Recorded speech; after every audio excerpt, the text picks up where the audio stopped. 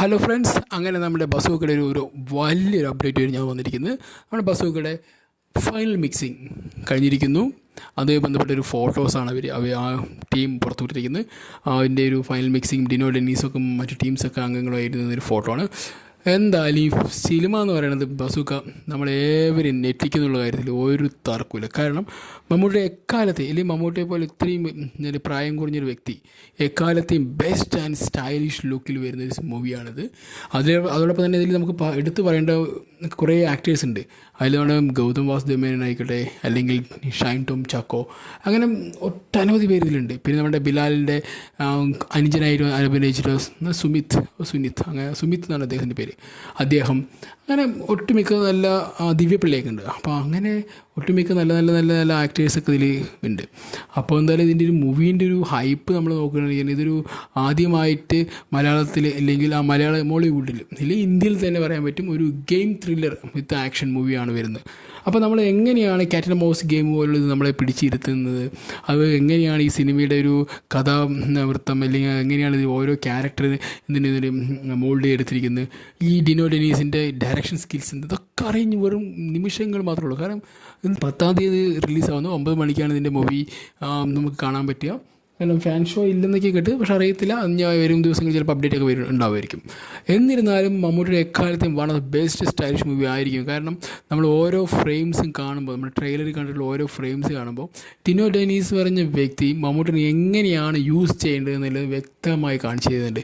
അതിനെ അദ്ദേഹം പറഞ്ഞൊരു ഏറ്റവും വലിയ പോയിൻറ്റ്, മമ്മൂട്ടിനെ പറഞ്ഞൊരു ഏറ്റവും വലിയ പോയിൻറ്റ് പറയുന്നത്, ഈ സിനിമ ഡയറക്റ്റ് ചെയ്യാൻ നിന്നോളം ഇനി ഒരാൾക്ക് പറ്റില്ല, കാരണം ഈ കഥ എനിക്ക് മാത്രമേ പറ്റൂ എന്ന് പറഞ്ഞിട്ടാണ് ഇദ്ദേഹത്തിന് ഈ വലിയൊരു സംരംഭം, ഈ വലിയൊരു കർത്തവ്യം ഈ ഡിനോ ഡെനീസിൻ്റെ ഇതിലേക്ക് ഏൽപ്പിച്ചിരിക്കുന്നത്. കാരണം ഡിനോ ഡെനീസ് കഥ മാത്രമേ എഴുതിയിട്ടുള്ളൂ, അദ്ദേഹം എങ്ങനെയാണ് ഡയറക്റ്റ് ചെയ്യുന്നത് അത് ചിന്തിച്ചിട്ട് പോലുമില്ല.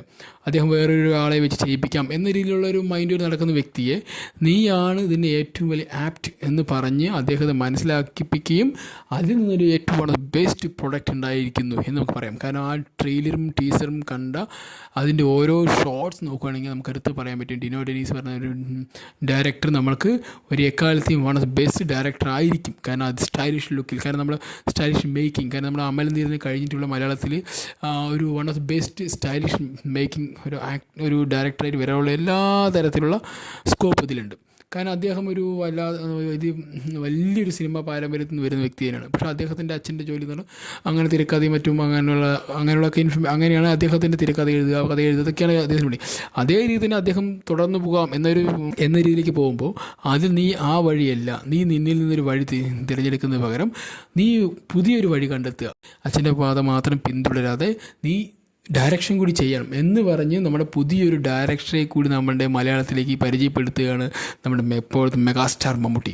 അപ്പോൾ അദ്ദേഹത്തിൻ്റെ ഓരോ ഫ്രെയിംസും അദ്ദേഹത്തിന് കാണിക്കുമ്പോഴുള്ളൊരു ഫ്രെയിംസും അതിൻ്റെ മ്യൂസിക്കും പിന്നെ ലാസ്റ്റ് വന്നിട്ടൊരു സോങ് ഉണ്ടല്ലോ ബസൂക്കയുടെ ഒരു ഫസ്റ്റ് സിംഗിൾ പറഞ്ഞിട്ട്, അതിൽ നമ്മുടെ ബാസിയും എൻ്റെ മോനെ എന്ത് വോയിസ് അത്, ആ ഒരു റിതം, അതിൻ്റെ ഒരു മ്യൂസിക്കിൻ്റെ ആ പോകുന്ന ട്യൂൺസ്, ആ ഒരു മ്യൂസിക് പക്ക ഒരു ആ മൂവിക്ക് പറ്റിയൊരു ഹൈലൈറ്റ് ചെയ്ത്. കാരണം ചില സമയങ്ങളിൽ ഇംഗ്ലീഷ് ലിറിക്സ് വരുന്നുണ്ട്, അതൊക്കെ ഈ മൂവിന് ഭയങ്കരമായിട്ട് ഹൈലൈറ്റ് ചെയ്യുന്നുണ്ട്. അപ്പോൾ ഈ മൂവീസിൻ്റെ എനിക്കിതിൽ ഏറ്റവും കൂടുതൽ ഹൈലൈറ്റ് തോന്നി, ഞാൻ ഈ ട്രെയിലർ കണ്ടപ്പോൾ മനസ്സിലായത് ഒരു വില്ലൻ അതിൽ ഏറ്റവും സസ്പെൻസായിട്ട് വയ്ക്കുന്നുണ്ട്.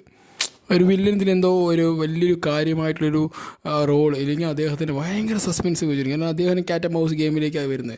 അപ്പോൾ അതുകൊണ്ട് തന്നെ ഇതിൻ്റെ ഒരു ഹിഡൻ വലിയ ഹൈപ്പൊന്നും മറ്റു സിനിമകൾ കൊടുക്കുന്നവർ കൊടുക്കാതെ വളരെ ഹിഡൻ. പക്ഷേ ഇതുവരെയും ക്യാരക്ടർ പോസ്റ്റിൽ എല്ലാവരും കാണിച്ചിട്ടുണ്ട്. പക്ഷേ ഇതിൽ വില്ലൻ പറഞ്ഞിരിക്കുമ്പോൾ ഷൈൻ ടോം ചാക്കോണെന്ന് പോലും അറിയത്തില്ല. കാരണം അദ്ദേഹത്തിൻ്റെ പോസ്റ്റ് വന്നിട്ട്, പക്ഷേ വേറൊരു ആളെയും കാണിക്കാത്തതുകൊണ്ട് ഞാൻ അസ്യൂം ചെയ്യുന്നു ഷൈൻ ടോം ചാക്കോ ആയിരിക്കും ഇനി വില്ലൻ. അത് ഞാൻ അതിൽ കൂടുതലല്ലാതെ വേറെ ആരും ആയിരിക്കുമോ അതൊന്നും പറയാൻ പറ്റില്ല. പക്ഷേ ഫിലിം മേക്കിംഗ് ഒരു ഡൗട്ടില്ല. കാരണം ഇങ്ങനെ ഒരു ഇത്രയും നല്ലൊരു മനോഹരമായ ഫ്രെയിംസ് നമുക്ക് കാണാൻ പറ്റിയത് ഈ അടുത്ത കാലത്ത് നമ്മുടെ അമൽനീരത്തിൻ്റെയാണ്. അമൽനീരത്തിന് ശേഷം പിന്നെ ഒരു നല്ലൊരു ഫ്രെയിംസ് ഒരു ട്രെയിലറിൽ തന്നെ കാണാൻ പറ്റിയത് നമ്മുടെ ഈ ഡിനോ ഡെനീസിൻ്റെയാണ്. അതിനുശേഷം വേറെ ഒരു ഫ്രെയിംസും ഇത്രയും ക്വാളിറ്റി ഉള്ളത്, ഇത്രയും നല്ലൊരു ആ ഒരു ബെസ്റ്റ് ക്വാളിറ്റി അത് കണ്ടിട്ടില്ല. അപ്പോൾ എന്തായാലും ഈ സിനിമ നല്ലൊരു വിജയമായിരിക്കും. കാരണം 10-ാം തീയതി വരുന്നത് അധികം ദൂരമൊന്നുമില്ല, ഇന്ന് 7ആണ്. അപ്പോൾ എന്തായാലും സിനിമ നല്ലപോലെ ആ ഒരു ഹൈപ്പൊന്നും കൊടുക്കാതെ വളരെ മനോഹരമായിട്ടുള്ളൊരു വളരെ മൈൽഡായിട്ടാണ് ഇവർ ഹൈപ്പ് കൊടുത്തിരിക്കുന്നത്, ചെറുതായിട്ട്. കാരണം വേറെ വലിയ ഹൈപ്പ് കൊടുത്ത് അവസാനം പൊട്ടിക്കണ്ടല്ലോ. അപ്പോൾ അതുകൊണ്ട് മമ്മൂട്ടിയുടെ ഒരു അഴിഞ്ഞാട്ടം തന്നെയായിരിക്കും സിനിമ. ഒരു സ്റ്റൈലിഷ് ആൻഡ് ഒരു എന്താ പറയുക, ഒരു വെറൈറ്റി സ്റ്റോറി ടെല്ലിംഗ് ഒക്കെ ആണ് രീതിയിലാണ് ഈ കഥ പറയുന്ന ട്രെയിലറിലൊക്കെ പറയുന്ന രീതിയൊക്കെ നോക്കുകയാണെങ്കിൽ ഒരു വെറൈറ്റി ടെല്ലിംഗ് സ്റ്റോറി, ഒരു വെറൈറ്റി ആയിരിക്കും ഈ കഥ പറയുന്ന രീതി എന്ന് തോന്നുന്നു. പിന്നെ അതിൽ അധികം നല്ല ആക്ഷൻ ഓറിയൻറ്റഡ് ഒക്കെ ഉണ്ട്. അതിൽ മമ്മൂട്ടിയുടെ ഒരു സ്റ്റൈലിഷ് ലുക്സ്, പിന്നെ സ്റ്റൈലിഷ് നറേഷൻസ് ഒക്കെ ബെസ്റ്റാണ്. അപ്പോൾ നമുക്കൊന്നൊരു ഈ സിനിമ 10-ാം തീയതി കാണുമ്പോൾ നമുക്ക് കിട്ടുന്നൊരു എനർജി വേറെ ലെവലായിരിക്കും. കാരണം മലയാളത്തിൽ അല്ലെങ്കിൽ ഇന്ത്യയിൽ ആദ്യത്തെ ഒരു ഗെയിം ത്രില്ലർ ആക്ഷൻ മൂവിയാണ് വരാൻ പോകുന്നത്. അപ്പോൾ അതെല്ലാം ഹോളിവുഡിൽ കണ്ടൊരു അനുഭവം മാത്രമേ നമുക്കുള്ളൂ. അപ്പോൾ അതൊക്കെ തന്നെ എങ്ങനെയാണ് ഇതിൻ്റെ ക്രിയേറ്റീവ്, എങ്ങനെയാണ് ഇതിൻ്റെ ഫ്രെയിംസ് ഒക്കെ അറിയാൻ എനിക്ക് ഭയങ്കര ആഗ്രഹമുണ്ട്. കാരണം നല്ല മ്യൂസിക്കും ഉണ്ട്, ഒരു രക്ഷയില്ലാത്ത മ്യൂസിക്കാണ് ഇതിൽ വന്നിരിക്കുന്നത്. അപ്പോൾ എന്തായാലും 10-ാം തീയതി സിനിമ കാണാം. നമുക്ക് ഈ പടം എല്ലാവരും കൂടി എൻജോയ് ചെയ്യാം. Okay, bye, see U.